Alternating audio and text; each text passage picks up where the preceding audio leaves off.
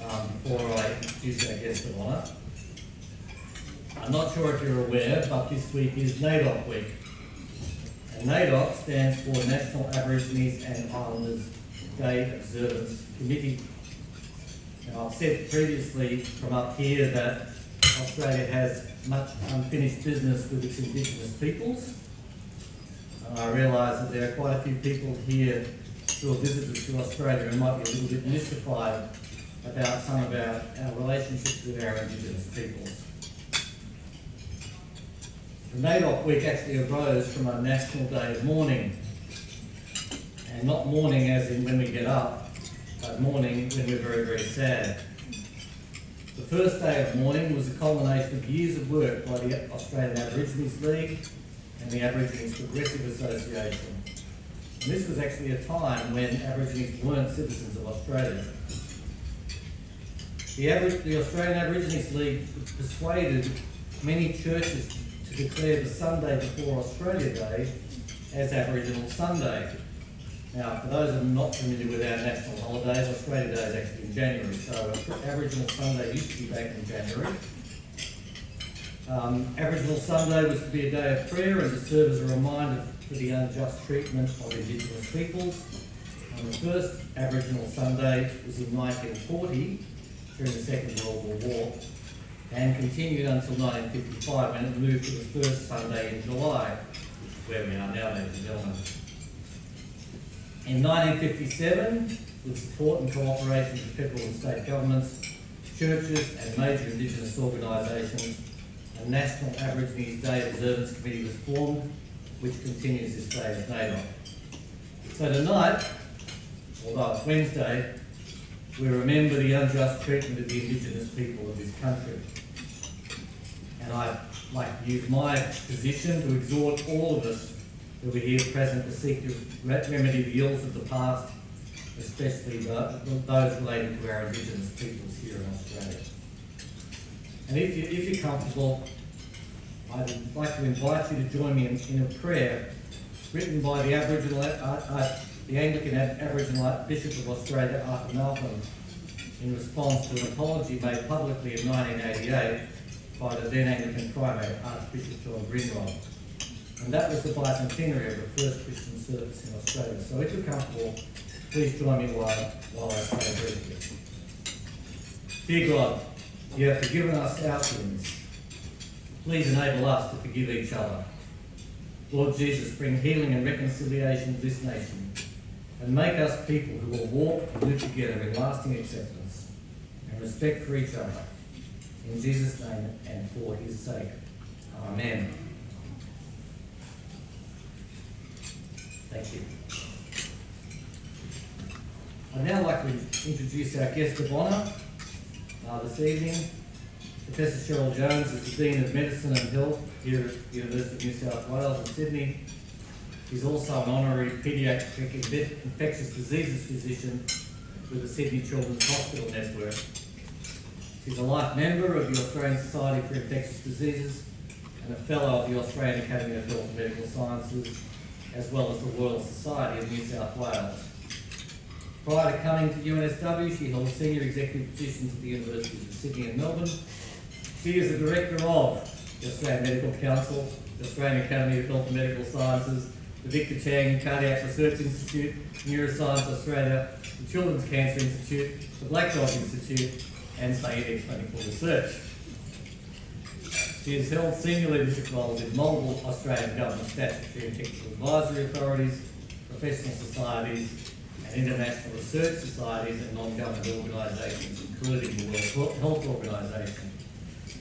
Very specifically, she is the World Authority on Childhood Infectious Disease, an internationally recognised clinical scientist, and a key opinion leader in research training, clinical practice, and health workforce education.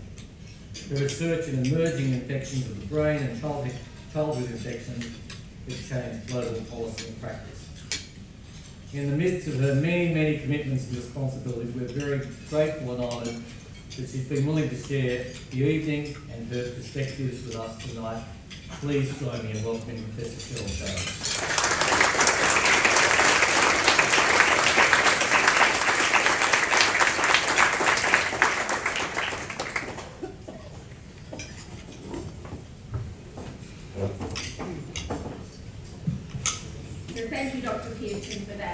very kind introduction, and thank you all for inviting me to this wonderful event this evening. It really is a privilege to be here this evening with the New College community. I also want to acknowledge NAIDOC Week and the traditional owners of the unceded lands on which we're meeting today, and paying my respects to elders past and present, and indeed to all First Nations people here today. It really is an honour to be the Dean of Faculty of Medicine and Health here at UNSW Sydney, the #1 university in the country.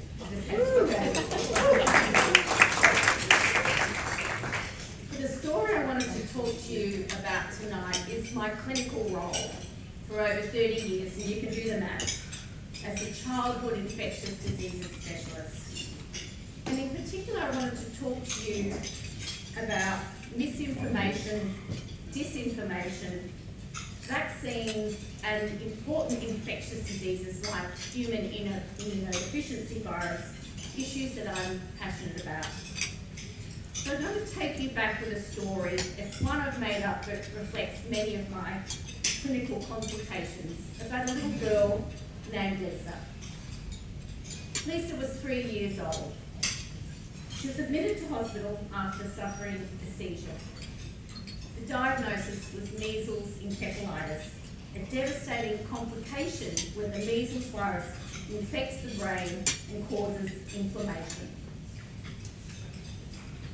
Over the following weeks, she endured not only repeated lumbar punctures, spinal taps, ongoing seizures, intensive monitoring, and then prolonged rehabilitation.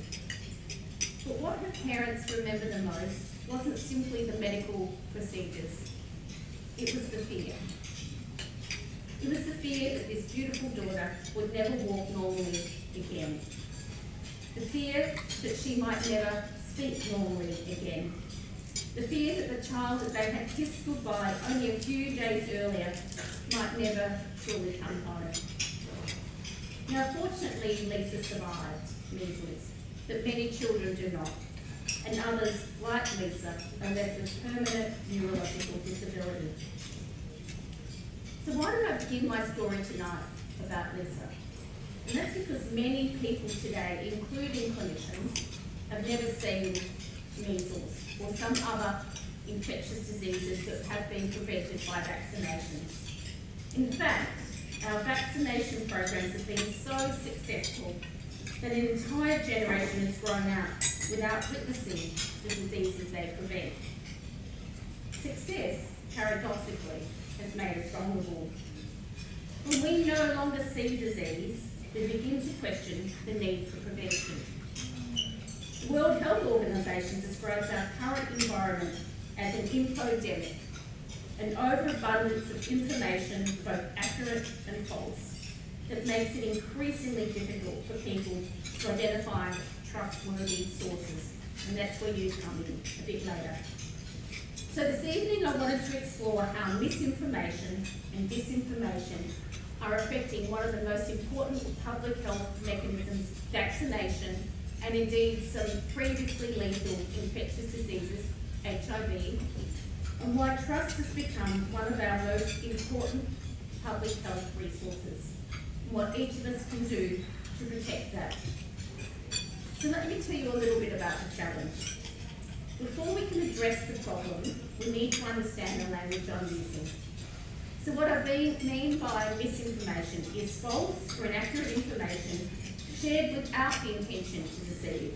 So it could be someone may genuinely believe that vaccines cause infertility, or that HIV can be transmitted through casual contact, or indeed that the University of New South Wales put a #1 up on the Opera House. Their intention isn't malicious, but the consequences can still be harmful. Disinformation, however, is different. It's deliberately created and disseminated to mislead and cause harm. Examples include organised anti-vaccine campaigns, fabricated scientific claims, and conspiracy theories surrounding important infectious diseases such as HIV and their therapies. The COVID-19 pandemic demonstrated just how rapidly misinformation can spread. information can now travel globally in seconds. Unfortunately, false information often travels faster than scientific evidence because it appeals to emotion, fear, and outrage.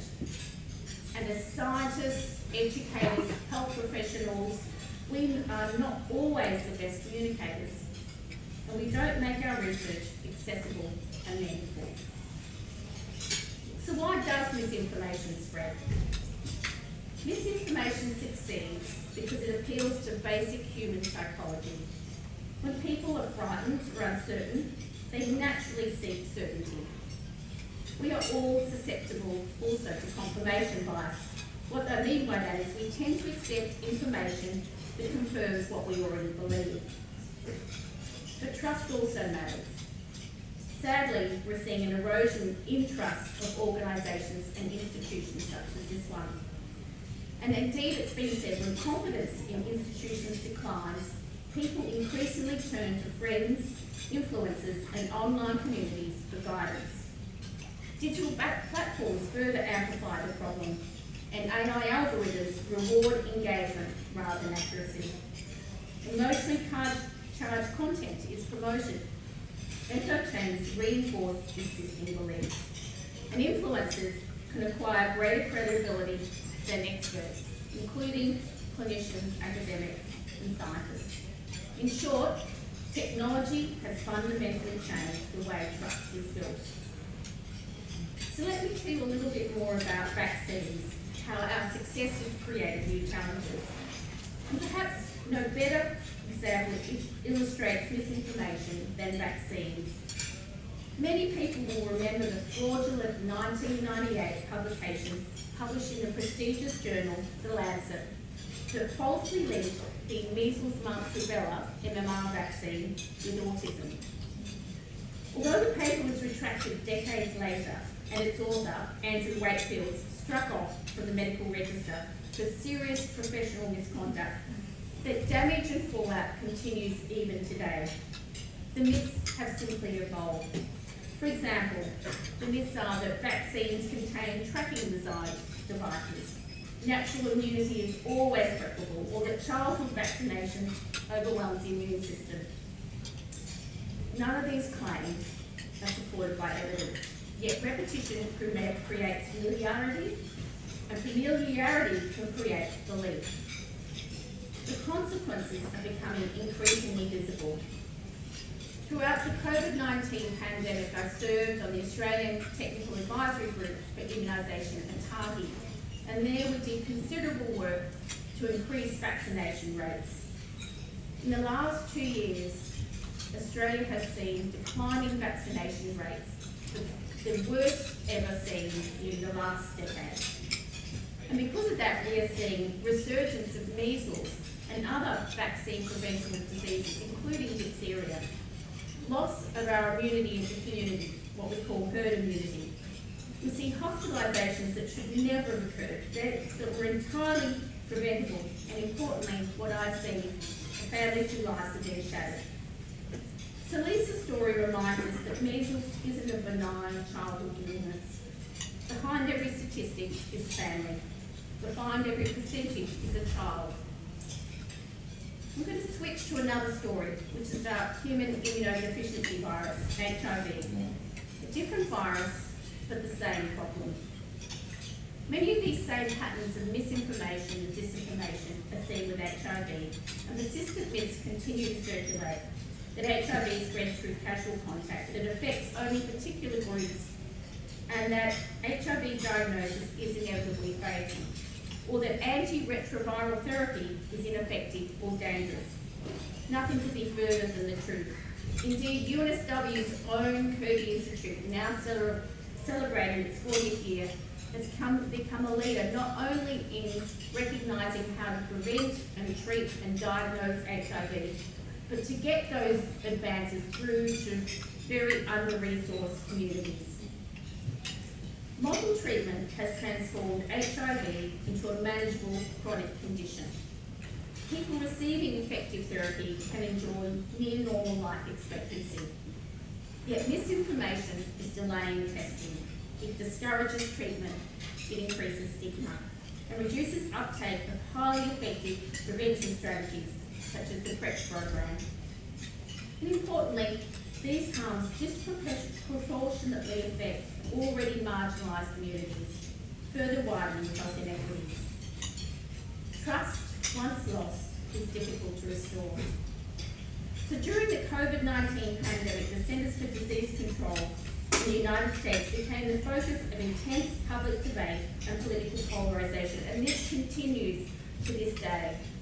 And that decade of the CDC has been setting us up for important other pandemics. Those early signals have been lost. Frequent changes in recommendations, often reflecting rapidly evolving scientific evidence, were interpreted by some as inconsistency rather than the normal process of science adapting to new information. This experience reminds us that public health agencies must not only provide rigorous scientific advice, but also communicate clearly, transparently, and with humility. Maintaining public trust requires explaining not only what recommendations are made, but why they change as evidence evolves. Australia's new Centre for Disease Control takes shape. We need to heed this lesson. So what do vaccines and HIV have in common? Although vaccines and HIV are different clinical issues, the underlying challenges remain remarkably similar. Both generate fear. Both become targets for conspiracy theories. Both suffer from declining institutional trust, and both are amplified through social media.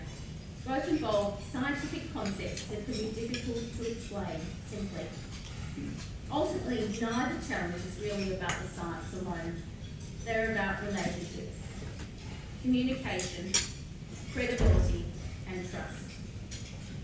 So what works? So what does evidence tell us about trust? Importantly, trust cannot be built during a crisis. It must already exist. Long-term relationships between clinicians, experts, and communities matter enormously. And trusted messages matter, just as much as trusted messages. And trusted members of our community, including our learned community such as yourselves, healthcare professionals, remain, fortunately, among the most trusted voices in society, including in Australia. But so too are community leaders, peer advocates, and people with lived experience. Instead of correcting misinformation after exposure, we prepare people to recognise misleading information before they encounter it. Importantly, stories matter. Celise's story will almost certainly remain with you longer than any statistic I could present today. Stories make evidence memorable. Finally, we should never fear acknowledging uncertainty. Science evolves. Transparency builds credibility. Pretending certainty when uncertainty exists undermines trust. So what are our role as university graduates, members of society, health professionals, and other leaders in our community? We have a unique responsibility, but so do all of us individually as global citizens. When someone expresses concerns, for example, about a vaccine, our first response should not be correction. It should always remain curiosity. Rather than saying you're wrong, we might instead ask, can you tell me what you've heard and where you heard it? That simple question changes the conversation. It demonstrates respect. It invites dialogue. It helps us understand concerns before offering evidence. Motivational interviewing, active listening, and respectful communication are often far more effective than confrontation. Evidence changes minds only when trust already exists.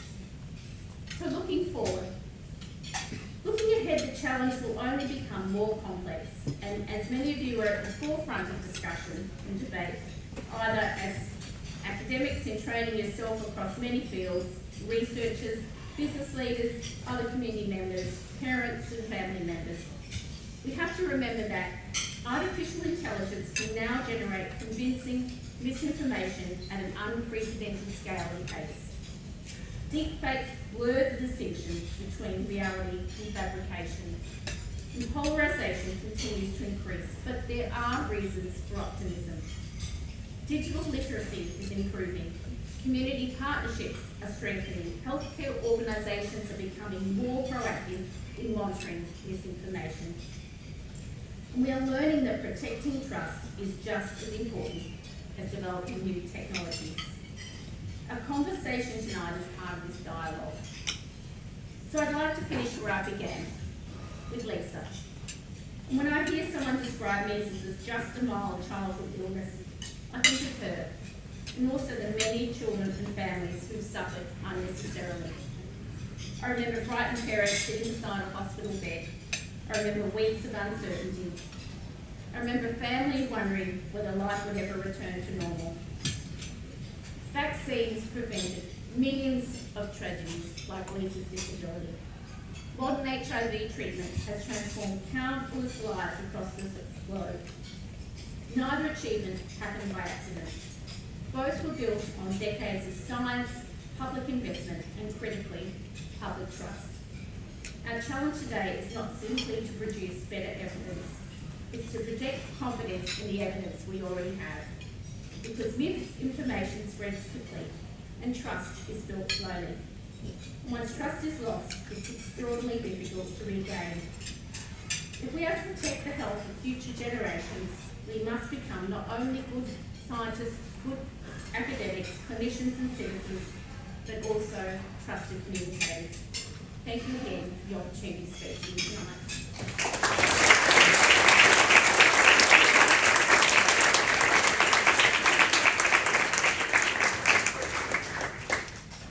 Thank you, Professor Jones. It's now our opportunity to direct questions to our guest of honour. Questions, please. And we've already got one down. Just one moment. Our beautiful assistant, Ollie, is going to come down and give you the microphone so everybody can hear you.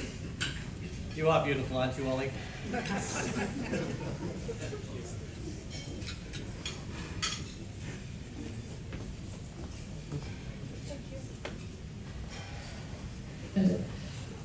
Thank you so much for sharing your experience. I'm not sure if you have heard about this, but in 1970s or 80s, Nestle, they bribed about hundreds of doctors in India to sort of say that breast milk wasn't good for babies, and instead Cerelac was there. What happened as a result was hundreds of babies died because of malnutrition and immunity issues and stuff. So my question is, when we have multi-million-dollar companies trying to bribe doctors, and doctors in the sense that, well, in any case of a health issue, doctors are the first thing you think about, right? When you want to know about a disease or want to cure a disease, stuff like that. So when multi-million-dollar companies do stuff like this, how do we prevent misinformation? Who do we trust? So I think the key question is both as the individuals, the doctors, and managing your own conflicts of interest.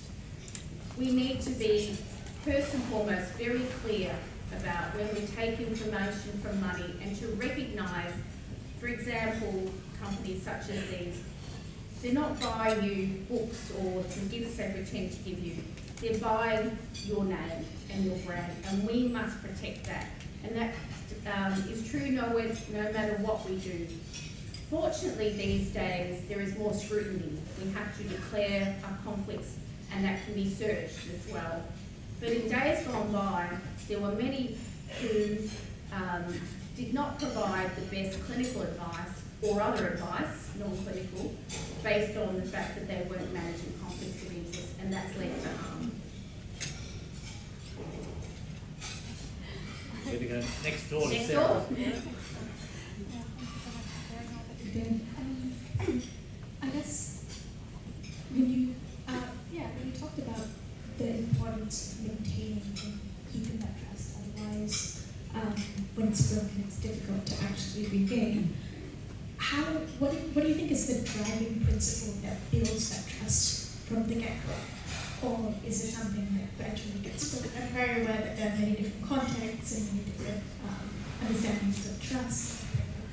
Yeah, what's your... So from both personal experience and from the evidence, it's very clear that first you need to be very open in your conversations with people and honest and transparent, and to listen. One of the single most trust takes time to build, and trust requires an open mind and an open dialogue, both trying to understand and listen to the other person's point of view, as well as responding to your own, but always being done so respectfully.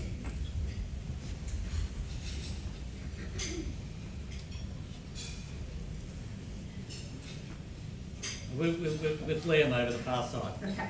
and then we go up the back. All right, shoot. With the technological advancements of artificial intelligence pushing the kind of timelines of places, both creative and kind of legal, and obviously medicine forwards from a year process into weeks and days and months in some cases, how is that being controlled with this idea of misinformation and these timeline shifts and not incurring oversights being created? So I think there are a number of mechanisms. One is actually educating us as users of technology to be aware of that and using as best we can the various resources to check images or information and trying to triangulate and get trusted sources. But still also to be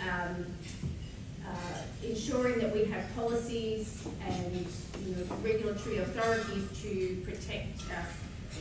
Ourselves and our children, and I think one thing Australia has done has been to protect our younger children from social media and some of the harms that can come from this, but there is still much more we can do.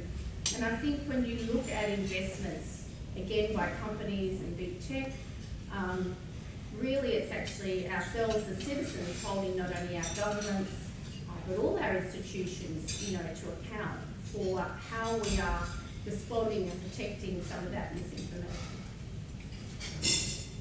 Thank you. I think we're up. No, Nathan, I think there's someone before you, up where Ollie is now. Is that correct? Can you hear me? Oh, good. Thank you very much for the presentation. Just a quick question around how do you engage with groups that have experienced trauma and kind of been socially isolated, and particularly what's the value of co-designing interventions with a whole bunch of different groups and culturally diverse groups as well? So I will hold up the Kirby as an example of how this should be done and how we should all be doing this. There's been such a history of people coming in with a goal that we're going to study on you, as opposed to, which is not only about being culturally disrespectful, sometimes harmful, but also not understanding the outcomes that matter the most to people. And this is in many particular groups. So the first part of any conversation, whether it be about research or any other intervention, is to go with an open mind and just seek to understand respectfully. Understand their circumstances, understand their culture, understand what's important to those people, and build trust. And then come with an open mind about how you work together for an outcome that's important to people. Thank you. We're up with Nathan at the back, and then we're over the far side, and then we're down with Tim at the front. Nathan, please. Thanks, Cheryl, for your talk, and my apologies in advance if you've already covered this. I had to step out of the room against my will briefly for a moment. I feel like this idea of not starting by correcting, but by questioning and curiosity and sort of having a mutual dialogue to get towards the truth, or at least where evidence leads, would work very well in my personal life. I'm wondering, how do we deal with that in the social media space where, because the influence of people often preaching the truth is much less than those who are selling lies for their own benefit. How do we deal with that and interact with those people? Should we censor them?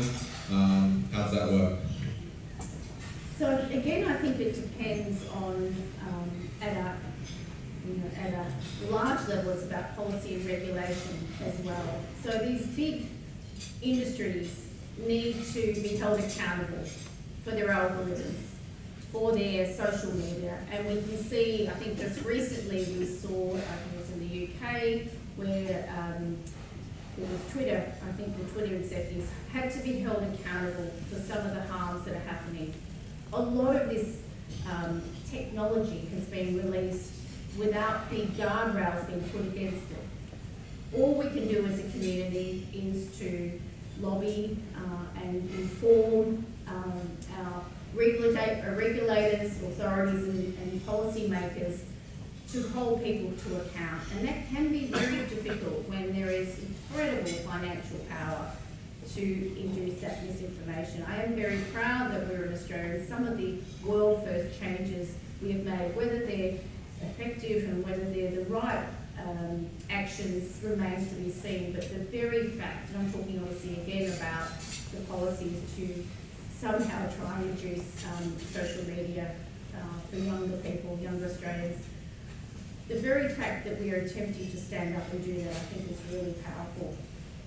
So I think there's a lot we need to be doing, both at a regulatory level, at a community level, and at a government level, but also educating not only ourselves as these technologies rapidly evolve and that power to misinform increases with generative AI, but also to make sure that those coming behind us are actually well informed as we can.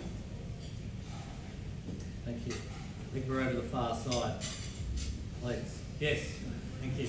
Hi, Dr. Jones. My name is Annette. And building on the previous question, social media is sort of a hotspot for people to spread misinformation related to healthcare. Do you think doctors and health professionals should have a greater responsibility to use social media to educate the public about health issues? So again, it's a question of who we're trying to educate. So I think a couple of things. It depends on the technology. And I can even think of the days when there was first Twitter and then went out to X. There are times when using the type of media that is most going to be able to reach a community is important as any sort of professional.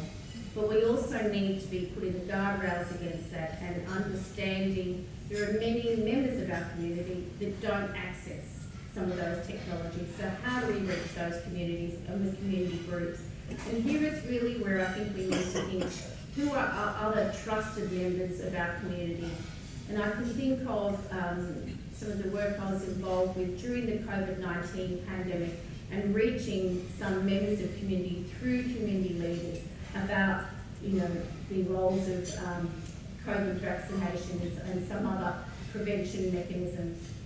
So I think that it's not a simple response. It has to be tailored both for the population and the message we're trying to get out.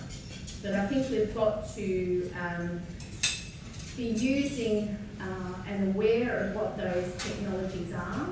And there are some incredible strengths in those technologies as well. But I think to understand both their strengths and their harms. Thank you. With Maggie now.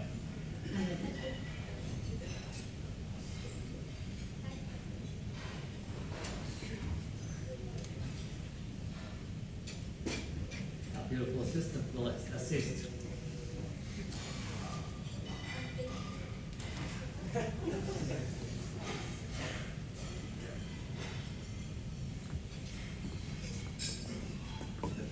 It's a conspiracy, Maggie. That's what's happening. It's actually a trick. Oh,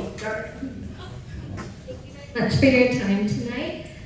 You mentioned how you think that stories are more memorable than facts and information. Do you think there's any capacity or any way that we can professionally integrate that into clinical practice? Absolutely. I think that, and I say this as being on the other side of, the consulting room with a child who had a significant chronic illness, and sitting and watching how my daughter was spoken to and information that was passed on was incredibly one of the best education clinically I ever had. And I things that are meaningful is how, you know, the best communicators were really explaining to my daughter, using analogies and stories to her, rather than facts and figures that were, you know, what we recite from our memory and from the books, but really not tailored, and not also seeing the response of what you're saying, you know, on the people that you're speaking to and their families. So absolutely, I think that one of our biggest tools that AI can't take away from us as professionals, as clinicians, is our communication, and that actually starts with listening. Right, over here and then over there. Okay, yeah, okay. Thank you for taking the time to speak to us today. You talked in your talk a lot about trust, and particularly like you can't build trust in a crisis. I'm just curious to know your thoughts on the COVID-19 crisis, and do you think that a lot of people have actually lost trust in the government, particularly when it comes to some of the more draconian responses to government, us to the crisis where people felt like their freedoms were being infringed upon and things like that? And do you think that's contributed to the reduction in vaccine take-up? So there's been quite a large review on the various responses to the COVID-19 pandemic.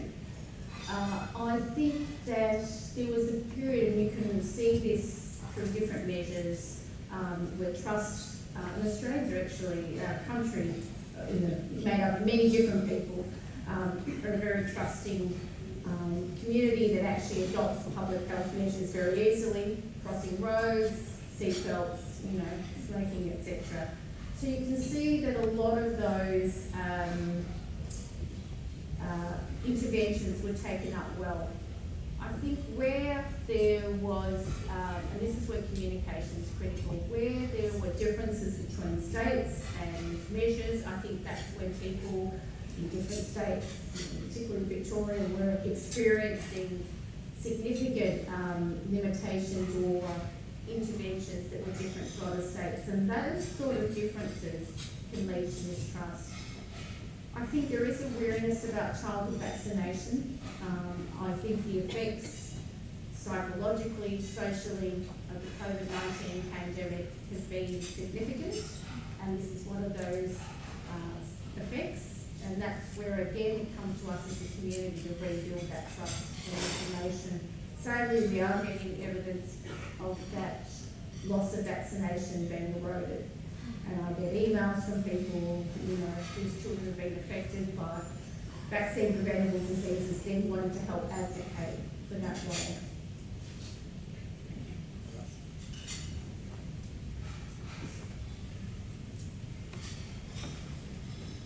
Just try speaking. Yes, we're underway. Thank you for your insightful speech. As a law student, I believe the issue of disinformation that you've mentioned can be mitigated through cross-disciplinary collaboration. Absolutely. My question is, speaking of regulatory and policy-making efforts, in your view, what actions have been made so far in light of this cross-disciplinary collaboration?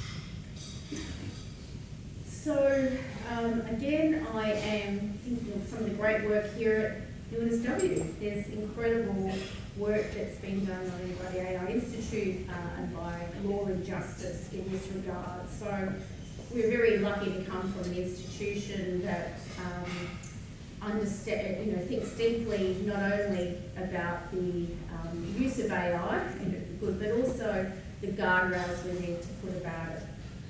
So a lot of work has been done, and it's evolving because it's changing. Both in terms of thought leadership and opinion pieces and representations to government, and that includes, you know, going to government, thinking about suggested changes in policy and drafts in policy, but also doing the research both in the, you know, law and humanities and social science, as well as the other, you know, STEM sciences, to have the research to inform some of those policies as well. UNSW, with our very strong belief in progress for all, but also societal impact, I think having And this is something that really drew me to this university. This is a university that lives by its values. And I think that our role, more than ever, as graduates and staff and part of the broader UNSW community, you know, we shouldn't underestimate the importance of that trust. Thank you. I think this is the second last question, so if you want the last question, you should put your hand up very quickly. Oh, okay. Oh, we'll let you both ask the last question. We're over the far side, please.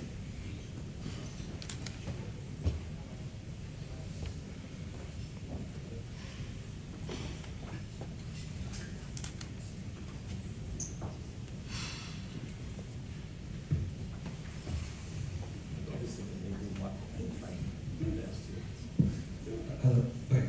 Yeah. Sorry. Hi, Dr. Jones. Thank you so much for your lovely talk. I think it was very inspiring, really interesting hearing about this issue about trust, especially because with the prevalence of AI, and it's a really important issue. My question kind of goes a little bit back into one of the previous questions that talks about the importance of stories in relation to clinical practice, because to my understanding, while as clinical practitioners it's important to build rapport, I also understand that there's still an expectation to maintain a sense of professionalism and maintain that sort of professional distance. Do you think then, is there a danger of, or like a potential risk of how stories are used in terms of potentially risking that idea of that professionalism and professional distance, and so how do you think as clinical practitioners a way that would be good to manage that?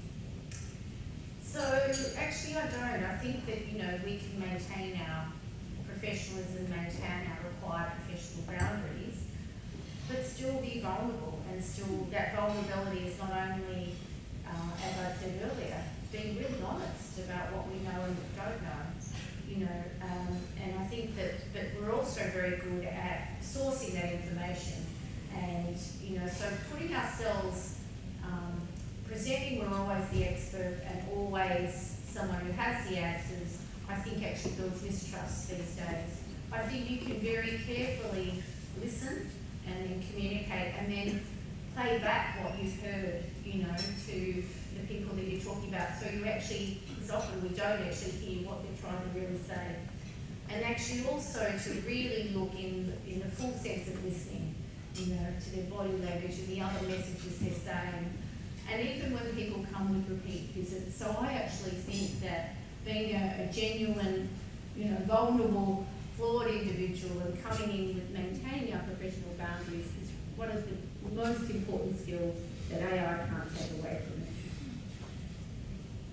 Thank you. Please. Hello. Is the mic working? Yes, the mic's working now. Right, thank you. It was a pleasure to listen to you. Thank you for your talk. You spoke about disinformation, misinformation. My question revolves around different scientific claims. So, I mean, when I was doing my literature review, there's just so much scientific information out there, all from reputable journals, all p-values less than 0.05. How do you kind of tell what to make the official claim based on if there's so much scientific information? What factors do you consider? So where there's a lot of evidence, you know, we have methodologies, you know, systematic reviews that helps us go through not only assessing the meta-analysis, not only assessing the quality of that evidence, you know, and there's a whole series of ways to do that, but also then to sum the data, you know, and come up with recommendations based on that. There are other grades and other mechanisms that we use, for example, vaccination and the targeting, where you again go through processes of evaluating evidence. So there are actually quite clear methodologies out there to be able to help us inform guidelines. And so as someone who is needing to review or receive or use that information, knowing where those trusted sources are and understanding the mechanisms where that has been evaluated. Unless you're someone who's a statistician or a meta-analysis yourself, you know, these days, you know, it's not an easy thing to do to review all that evidence individually. So I would refer you to those sources, But then it's always important to have a look, not only at the currency, but you know, the data behind that, if there's anything that doesn't ring true for you as well. Thank you. Thank you. And our very last question. Hi, my name is Ben. Hello. Hi, my name is Benjamin. I'm a proud American man. So my family's in the North Beaches. I had a question for you, which is a two-part question. So one is that you say healthy. So I'd love to hear, as Dean of School for Medicine and Health at UNSW, what do you see as the next 50 years of MEDA? And the other part of the question is around, do you welcome the appointment of the National Aboriginal and Torres Strait Islander Children's Commissioner as an independent statutory body and independent commissioner? So the second one, easy, yes. And 50 years of deadly. So one of the things when I started as Dean of UNSW Medicine Health was to think about how do we have a sovereign voice in our faculty at all levels of decision making. And so to that end, we appointed a Deputy Dean Indigenous, Professor Marie Toombs, and set up an entity called the Black Academy. And what that has done has been to increase not only recruitment of academics, but to evaluate all our ways of doing, to make sure that we're reviewing curricula, that we do it in a co-design way. We're thinking about research, that we uplift our our processes to make sure they're co-designed with community and then, with Indigenous communities.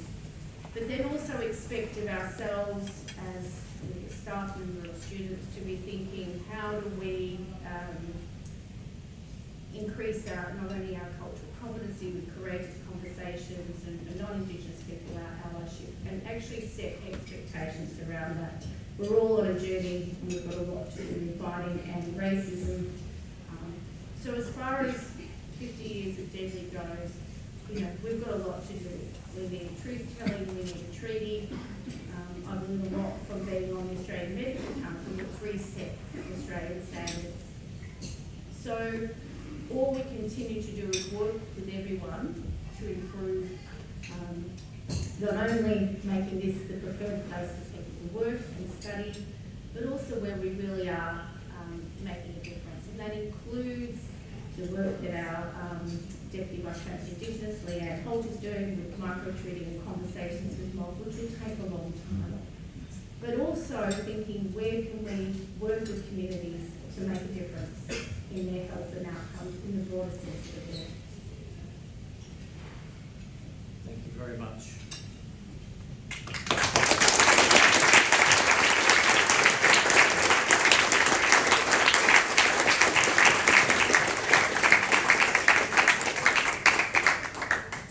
I'd now like to call on 1610 to come and move a vote of thanks to Professor Jones, Senior Academic Tutor in College Postgraduate Service, I should say.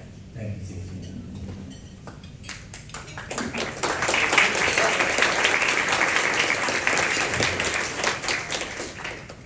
Good evening, everyone. I hope you've all been having a lovely evening.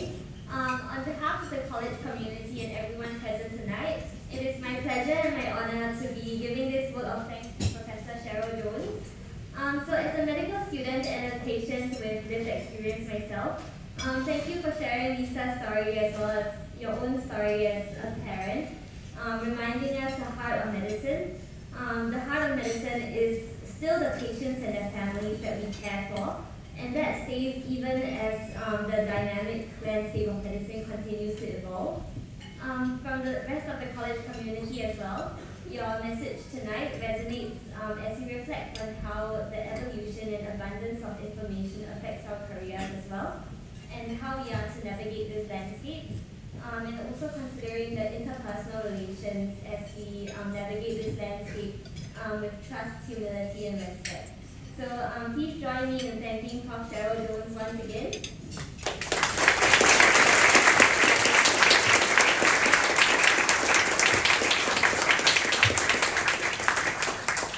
And we have a little token of appreciation for Professor Jones.